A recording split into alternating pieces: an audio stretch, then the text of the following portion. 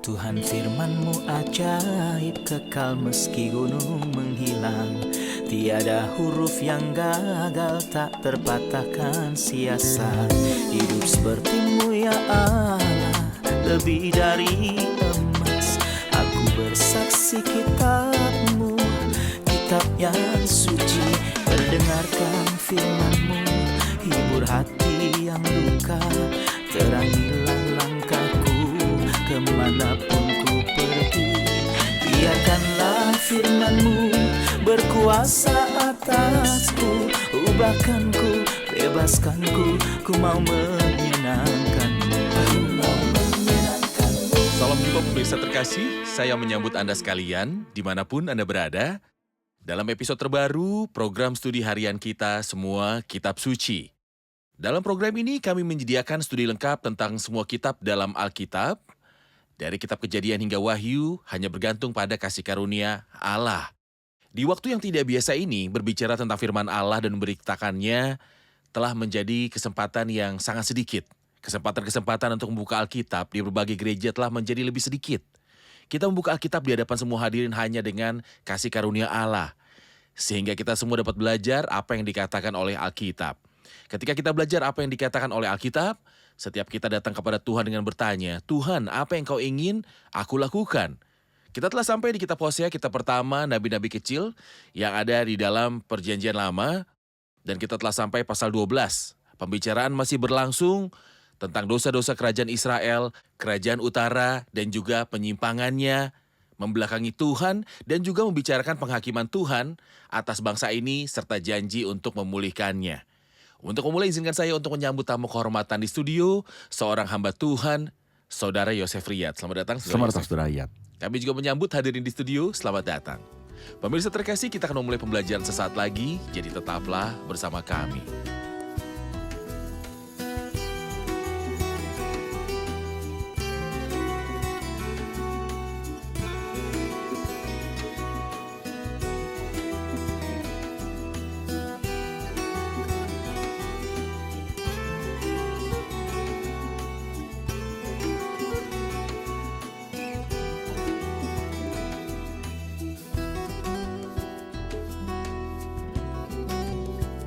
Berjumpa lagi, Saudara Yosef. Terima kasih. Saudara Yosef, kita telah sampai di pasal yang ke-12. Kita telah berhenti di pasal 11, ayat yang ke-11 di dalam episode yang sebelumnya. Anda memberitahu kami bahwa ayat 12 dari pasal 11 berhubungan dengan pasal 12. Mohon berikan kami gambaran awal tentang isi pasal 12 sebelum kita mulai untuk membacanya.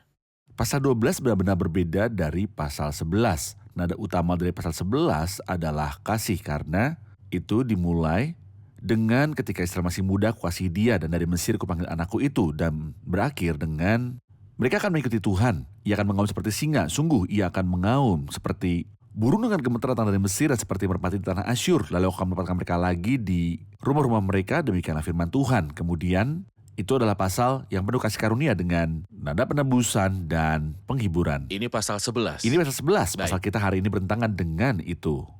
Bagaimana orang-orang menanggapi belas kasihan dan kebaikan Tuhan yang tertinggi. Ayat terakhir dalam pasal 11 adalah, dengan kebohongan aku telah dikepung oleh Efraim, dengan tipu oleh kaum Israel.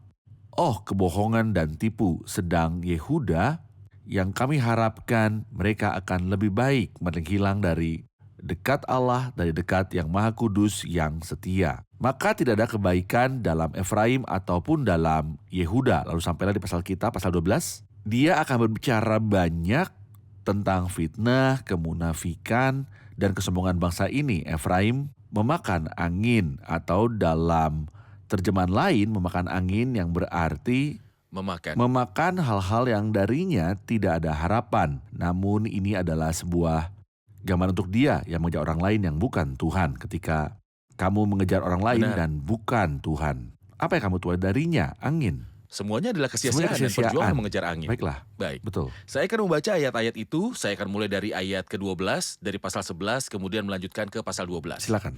Dengan kebohongan aku telah dikepung oleh Efraim, dengan tipu oleh kaum Israel. Sedang Yehuda menghilang dari dekat Allah, dari dekat yang Maha Kudus yang setia. Efraim mengejar angin dan mengejar angin timur sehari suntuk. Memperbanyak dusta dan pemusnahan. Mereka mengadakan perjanjian dengan Asyur dan membawa minyak kepada Mesir. Tuhan mempunyai perbantahan dengan Yehuda. Ia akan menghukum Yakub sesuai dengan tingkah lakunya dan akan memberi balasan kepadanya sesuai dengan perbuatan-perbuatannya. Anda mengatakan kepada kami bahwa Efraim memakan angin, mengejar angin, juga mengejar kesia-siaan, dan semuanya adalah kesia-siaan. Dan berjuang mengejar angin tidak ada gunanya. Saya ingin komentar Anda tentang angin timur. Apa yang dimaksud dengan angin timur di sini? Nah, timur dalam Alkitab kita mengerti dari Yesaya 2 misalnya ketika ada mengatakan bahwa mereka penuh dengan hal dari timur, yang berarti mereka penuh dengan roh penyembahan berhala. Karena timur dalam Alkitab selalu berhubungan dengan penyembahan berhala. Jadi mereka penuh dengan hal dari timur dalam Yesaya pasal 2.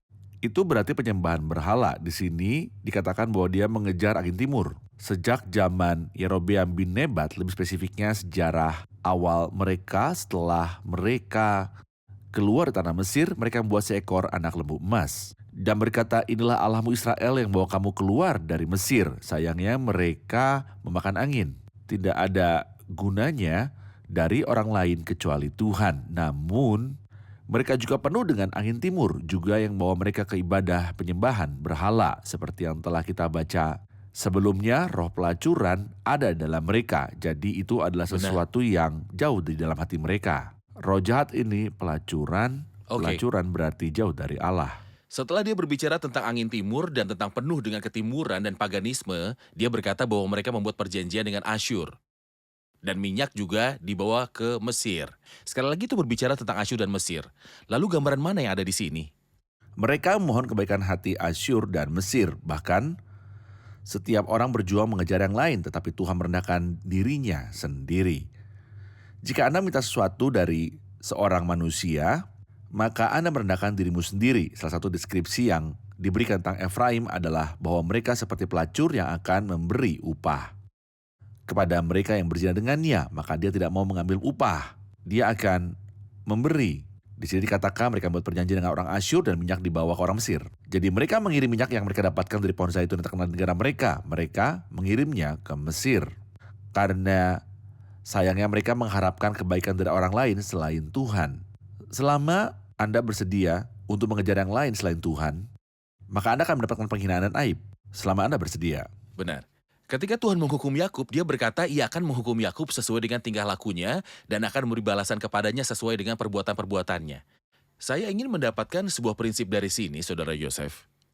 Ketika Tuhan menangani penghakiman atas Yakub, dia akan berurusan sesuai dengan perbuatan-perbuatannya. Itu prinsip Allah dalam penghakiman. Itu justru kebalikan dari prinsip Tuhan dalam keselamatan. Dia memberikan keselamatan bukan karena saya pantas mendapatkannya. Namun ketika dia menghakimi menurut perbuatan atau jika saya mengatakannya dengan cara lain seperti dalam Roma 6 ayat 23. Karena upah dosa adalah maut. Ini adalah sesuatu yang pasti Anda dapatkan. Anda telah melakukan sesuatu jadi Anda harus mendapatkan upah Anda. Apakah upah dosa? Maut. Namun itu bukanlah upah iman, tetapi karunia Allah ialah hidup yang kekal. Hidup kekal adalah karunia yang tidak pantas Anda dapatkan. Namun, Anda lah yang akan pergi. Jika manusia menolak keselamatan dari Allah, maka upah dosa adalah maut.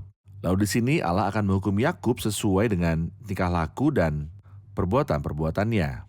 Lalu Tuhan akan menghakimi setiap orang menurut perbuatan-perbuatannya. Namun ketika dia akan menyelamatkan, dia tidak pernah menyelamatkan karena perbuatan-perbuatan. Tetapi karena kasih karunia Tuhan, sebab karena kasih karunia kamu diselamatkan oleh iman. Itu bukan hasil pekerjaanmu, jangan ada orang yang memegahkan dirinya. Oke. Di pasal sebelumnya dia berbicara tentang Yakub, Efraim, atau ketika Israel masih kecil. Di sini dia berbicara tentang sesuatu yang lebih jauh dari anak ini. Ayat 3 berkata, di dalam kandungan ia menipu saudaranya. Dan dalam kegagahannya ia bergumul dengan Allah. Ia bergumul dengan malaikat dan menang. Ia menangis dan memohon belas kasihan kepadanya. Di Betel ia bertemu dengan dia dan di sanalah dia berfirman kepadanya, Tuhan Allah semesta alam, Tuhan namanya. Engkau ini harus berbalik kepada Allahmu, peliharalah kasih setia dan hukum, dan nantikanlah Allahmu senantiasa. Nah, dalam setiap dari 3 ayat ini, ada kata yang perlu diperhatikan. Saya akan mengambil ayat 3 lagi ketika dia berada dalam rahim ibunya. Apa yang dia lakukan kepada saudaranya? Itu dimulai dalam ayat 3 dengan awal mula Yakub. Tentu saja siapa yang dimaksud di sini Yakub bukan Yakub sebagai pribadi. Seperti dikatakan di akhir ayat 4, dan di sanalah dia berfirman kepadanya. Jadi Yakub di sini adalah wakil seluruh bangsa, awalnya Oke. mengerikan. Sejak kapan awalnya mengerikan? Sejak dia berada di dalam rahim ibunya. Mengapa itu mengerikan? Karena dia belum dilahirkan dan belum melakukan kebaikan atau kejahatan. Ya, dia melakukan kejahatan karena anak bertolak-tolakan dalam dirinya. Sampai-sampai Ribka yang tidak terbiasa berdoa, dia tidak banyak berdoa, dia harus datang bertanya kepada Tuhan karena dia merasakan pergumulan di dalam dirinya. Lalu Allah berfirman kepadanya, 2 bangsa dalam kandunganmu dan 2 suku bangsa akan berpencar di dalam rahimmu.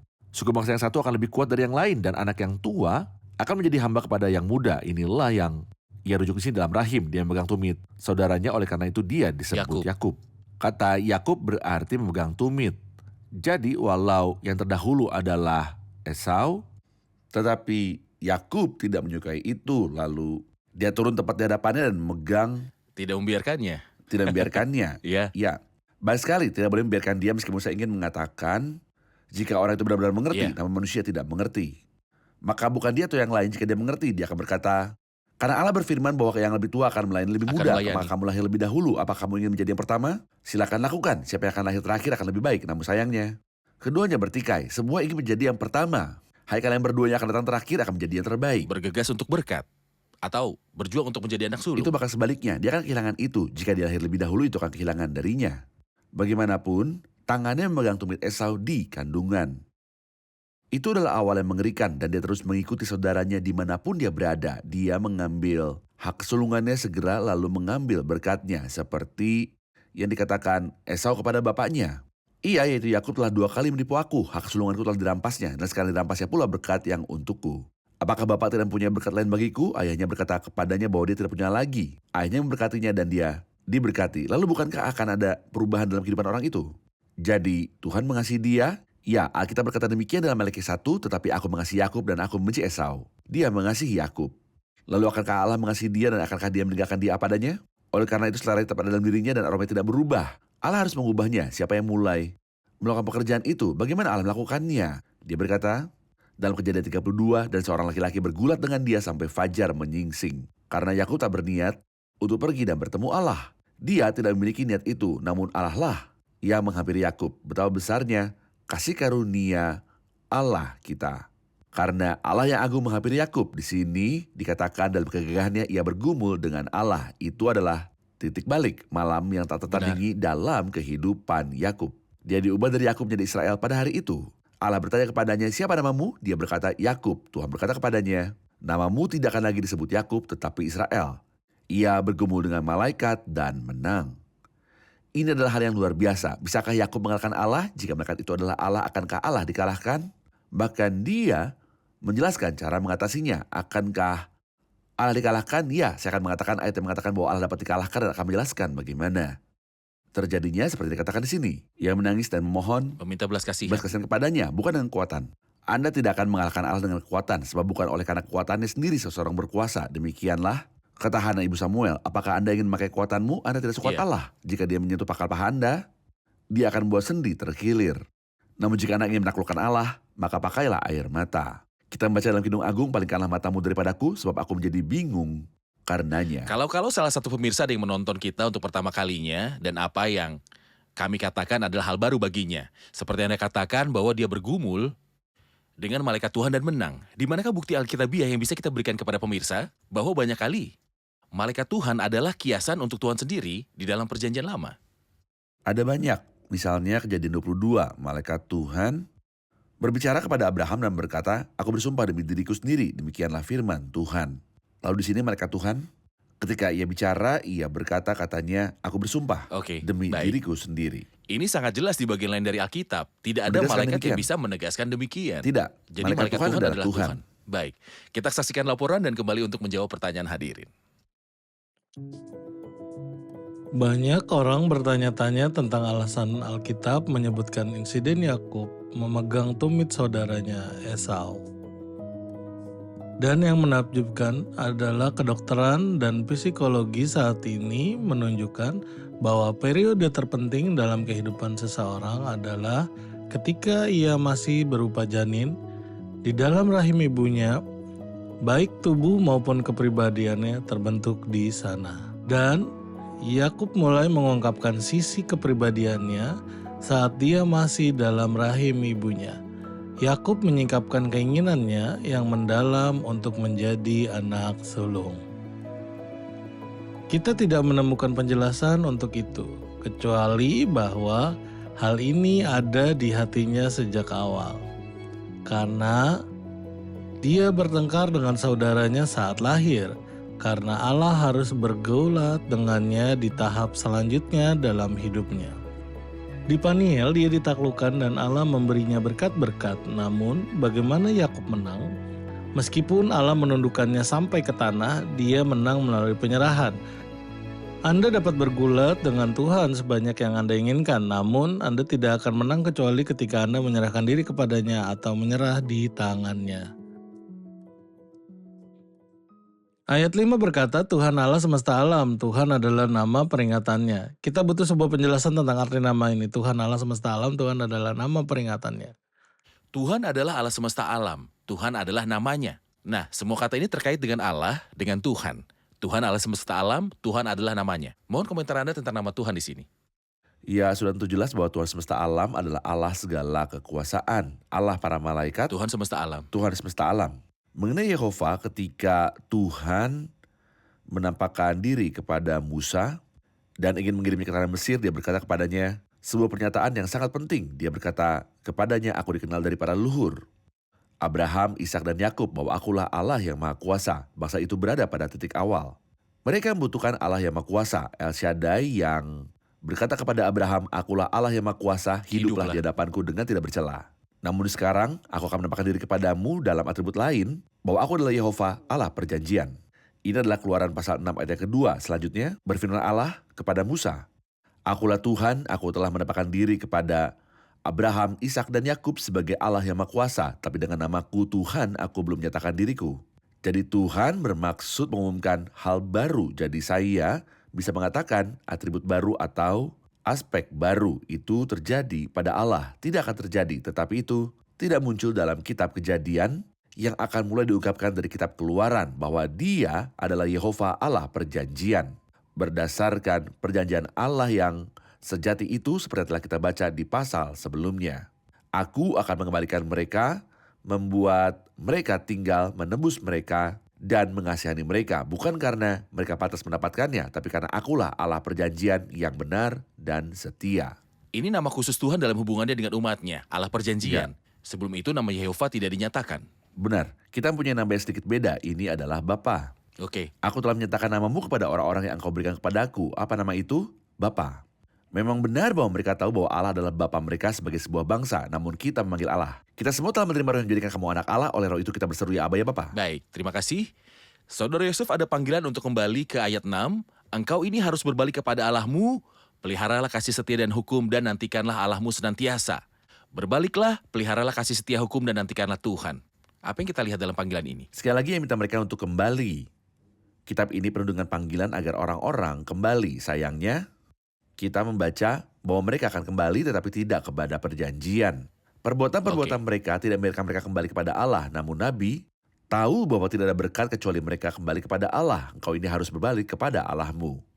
Maka jadilah bijak seperti Yakub, peliharalah kasih setia dan hukum, dan nantikanlah Allahmu senantiasa. Saya menganggapnya sebagai moto yang luar biasa. Saya pada waktu tertentu menganggapnya sebagai moto dalam banyak hal. Namun saya ingin mengambilnya selamanya dan selalu sebagai moto dan menunggu Allah saya. Bukan untuk suatu waktu tertentu tetapi terus-menerus. Oke. Saya akan beranjak ke ayat 7 dan 8 ketika dia bertemu dengan Efraim sebagai orang Kanaan, sebagai pedagang. Sama seperti Kanaan dengan neraca palsu di tangannya dan suka memeras. Berkatalah Efraim, bukankah aku telah menjadi kaya, telah mendapat harta benda bagiku? Tetapi segala hasil jerih payahku tidak mendatangkan kesalahan yang merupakan dosa bagiku. Efraim dan 10 suku Israel disamakan dengan pedagang. Dalam perdagangan, membeli dan menjual itu dalam timbangan. Apa karakteristik mereka? Ada 5 karakteristik yang disebutkan di sini. Pertama, dia adalah orang Kanaan. Kata itu berarti pedagang. Iya. Nah, dalam bahasa Ibrani, orang Kanaan sama dengan Seorang pedagang. Namun dia adalah pedagang yang menipu yang merupakan bencana. Karakteristik ketiga, dia adalah seorang Penindas. penindas. Jadi dia adalah pedagang yang menipu dan menindas. Namun, dia bangga aku telah menjadi kaya, lalu dia berpura-pura berkata, tetapi segala hasil jeripayahku tidak mendatangkan kesalahan, yang merupakan dosa bagiku, jadi tidak aku memiliki tidak dosa." memiliki dosa. Pentakel ini diterapkan kepada Efraim, juga diterapkan pada kakek buyut mereka, Yakub. Seorang Kanaan, ya orang Kanaan kelas 1 Dia seorang pedagang. yang pernah memasak kacang merah. Kakek sangat kelelahan dan datang dari ladang dan berkata kepadanya, beri aku sedikit kacang merah ini, sepertinya kamu sudah masaknya dengan sangat baik. Tidak gratis. Tidak ada yang gratis. Apa yang kamu berikan kepadaku sebagai imbalan jika aku memberimu sepiring kacang merah? Dia berkata kepadanya, apa yang kamu inginkan? Dia menjawab, hak kesulunganmu, kamu penipu. Maukah Anda mendapatkan hak kesulungan ditukar dengan sepiring kacang merah? Namun Esau bodoh dan menjualnya. Akibatnya saya hanya dapat mengatakan bahwa Yakub adalah seorang pedagang yang cerdas, dia pintar, namun yang lain yaitu Esau tidak menghargai hal-hal dari Allah dan inilah sebabnya Allah tidak berkenan kepadanya. Jadi ini adalah seorang pedagang, tetapi seorang pedagang yang menipu dengan timbangan palsu di tangannya juga. Lalu dia suka menindas meskipun Allah mencintai keadilan. Rasul Paulus dalam 1 Korintus 6 seolah-olah dia mengulangi nasihat yang sering kita dengar, lebih baik ditindas daripada menjadi penindas. Ketika Anda tertindas, Allah akan berada di pihak Anda. Namun ketika Anda adalah seorang penindas, Allah akan melawan Anda. Wajah Tuhan menentang para penindas. Aku melaksanakan kebenaran keadilan bagi semua orang yang tertindas, namun dia suka menindas. Hal keempat adalah, namun aku kaya, seseorang yang sombong yang kita akan melihat jemaat Laodikia. Aku kaya dan aku telah memperkaya diriku dan aku tidak kekurangan apa-apa. Lalu akhirnya bukankah aku telah menjadi kaya? Telah mendapat harta benda bagiku, tetapi segala hasil jeripayahku tidak mendatangkan kesalahan yang merupakan dosa bagiku. Oh engkau telah menipuku dalam pajak, engkau menipu dalam menjual dan membeli. Engkau menipu dalam segala hal, namun di sini segala hasil jeripayahku tidak mendatangkan kesalahan yang merupakan dosa bagiku. Oke, mari kita melanjutkan ke ayat-ayat yang selanjutnya, mulai dari ayat 9. Tetapi aku adalah Tuhan Allahmu sejak di tanah Mesir. Aku masih mau membuat engkau diam kembali di kemah-kemah seperti di hari-hari pertemuan raya. Aku berbicara kepada para nabi dan banyak kali memberi penglihatan dan memberi perumpamaan dengan perantaraan para nabi. Bila di Gilead ada kejahatan, maka mereka menjadi kesia-siaan belaka. Di Gilgal mereka mempersembahkan lembu-lembu jantan, maka mesbah-mesbah mereka juga seperti timbunan batu di alur-alur ladang. Apa yang Tuhan lakukan dengan mereka mulai dari ayat 9 dan apa yang mereka lakukan sebagai balasannya? Nah, dalam ayat 9 dia mengingatkan mereka tentang hal yang menakjubkan. Ia berkata, tapi aku adalah Tuhan Allahmu sejak di tanah Mesir. Ketika aku membawamu keluar, aku tempatkan kamu di kemah-kemah. Ngomong-ngomong, dia berbicara tentang hari-hari raya yang ditetapkan, perayaan yang mana? Perayaan Pondok Daun. Iya. Karena mereka mengadakan pesta selama 7 hari, lalu pada hari ke-8 dulu ada hari pertemuan yang besar. Mereka biasa tinggal di kemah-kemah. Lalu apa hubungannya di sini? Karena di masa depan, selama pemerintahan Kristus, perayaan Pondok Daun akan menjadi perayaan yang sebenarnya. Seperti dalam Zakaria pasal 14 berkata, bahwa tahun demi tahun semua bangsa, bukan hanya bangsa Israel, semua bangsa akan datang tahun demi tahun untuk sujud menyembah kepada Raja, Tuhan semesta alam, dan untuk merayakan Hari Raya Pondok Daun. Demikianlah perayaan Pondok Daun mewakili bagi kita apa yang Kristus sebut dalam Lukas pasal 16 sebagai tempat-tempat kediaman kekal, yaitu nama lain untuk kerajaan 1000 tahun. Di sini dia melambaikan berkat di akhir zaman kepada mereka. Oke, terima kasih. Dalam ayat 11 tentunya mereka menjadi jahat di Gilead. Mereka menjadi kesia-siaan belaka. Di Gilgal mereka mempersembahkan lembu-lembu jantan. Mereka tidak memikirkan hari raya Tuhan. Mesbah-mesbah mereka juga seperti timbunan batu di alur-alur ladang. Apa arti dari mesbah-mesbah mereka juga menjadi seperti timbunan batu di alur-alur ladang? Nah, seperti telah disebutkan saudara ayat, Tuhan memberi mereka yang terbaik yang dia miliki dan mereka menanggapi dengan yang terburuk. Dia berkata demikian, aku berbicara kepada para nabi dan banyak kali memberi penglihatan. Jadi aku terus mengajar mereka dengan segala cara, petunjuk demi petunjuk, baris demi baris, di sini sedikit, di sana sedikit. Sayangnya Kanaan adalah sebuah kejahatan, maka mereka menjadi kesia-siaan belaka. Di Gilgal mereka mempersembahkan lembu-lembu jantan, maka mesbah-mesbah mereka yang dibuat untuk menyembah berhala juga menjadi sebuah timbunan batu di alur ladang. Jadi dia menawarkan mereka hal terbaik dan mereka menanggapi dengan hal yang buruk. Memang benar bahwa karena banyaknya mesbah, batu-batu mesbah menjadi seperti tumpukan batu di alur-alur ladang. Ladang juga penuh dengan mesbah untuk berhala-berhala. Ya. Baik, kita akan mengambil pertanyaan dari hadirin. Ayat 12 berkata, Yakub melarikan diri ke tanah Aram dan Israel memperhambakan diri untuk mendapatkan istri. Ya, untuk mendapatkan istri ia menjadi gembala. Kapankah itu terjadi? Kapan hal yang disebutkan dalam ayat 12 terjadi? Ketika Yakub melarikan diri dari murka saudaranya Esau, ibunya berkata kepadanya, esok kakakmu bermaksud membalas dendam membunuh engkau. Begitu ayahmu meninggal, dia akan membunuhmu. Jadi aku menyarankan kamu untuk pergi. kepada paman Laban sampai kemarahan saudaramu reda. Barulah kamu dapat kembali. Sayangnya karena dia menabur kesalahan, dia menuai kesalahan. Oleh karena itu, dia meninggal tanpa melihat putranya. Dia tidak melihat ibunya yang dia cintai. Ketika dia meninggal, tentu saja masalah ini mempengaruhinya, tetapi di sini tidak membicarakan hal ini. Ini berbicara tentang apa yang terjadi dari Allah. Yakub melarikan diri ke padang gurun Aram atau Padan Aram mencari seorang istri. Lalu Israel Seorang Laban. melayani Tentu saja dia berbicara tentang kepergiannya ke Laban. kepergiannya kepada pamannya Laban dan pernikahan dengan Rahel sepupunya.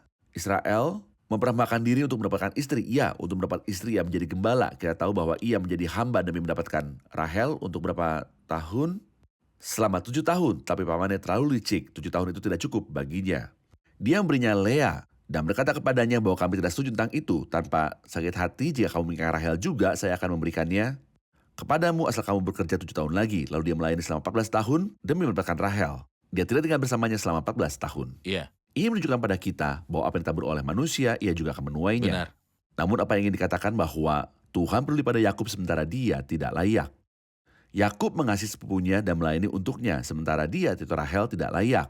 Seolah dia ingin mengatakan bahwa Allah mengasihi Anda, orang-orang mengasihi kami juga, sementara kami tidak layak. Dan salah satu aspek kepedulian Allah terhadap bangsa itu, Israel dituntun oleh Tuhan keluar dari Mesir dengan perantaraan seorang nabi yang adalah Musa. Dan oleh seorang nabi yang dipelihara yang adalah Musa juga. Namun, bagaimana tanggapan orang-orang? Efraim memancing memancing kemarahan kemarahan. dia dengan sangat pahit. Maka Tuhan yang akan membiarkan hutang darahnya menimpa dia dan akan membelas calanya kepadanya. Baik, terima kasih Saudara Yosef. Kita telah di akhir episode. Kita rangkum episode ini bersama hadirin.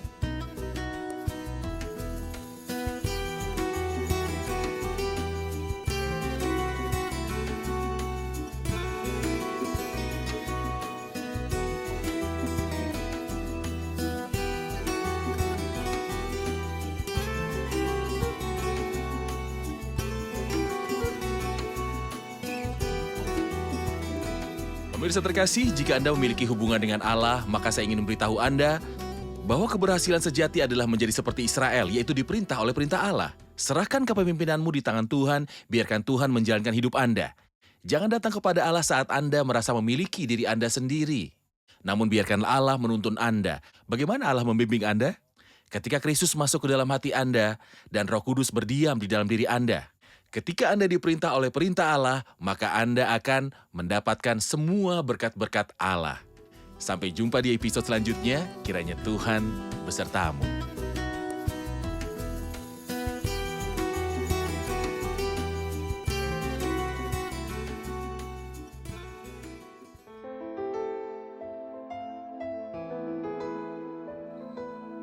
Tuhan firman-Mu ajaib, kekal meski gunung menghilang.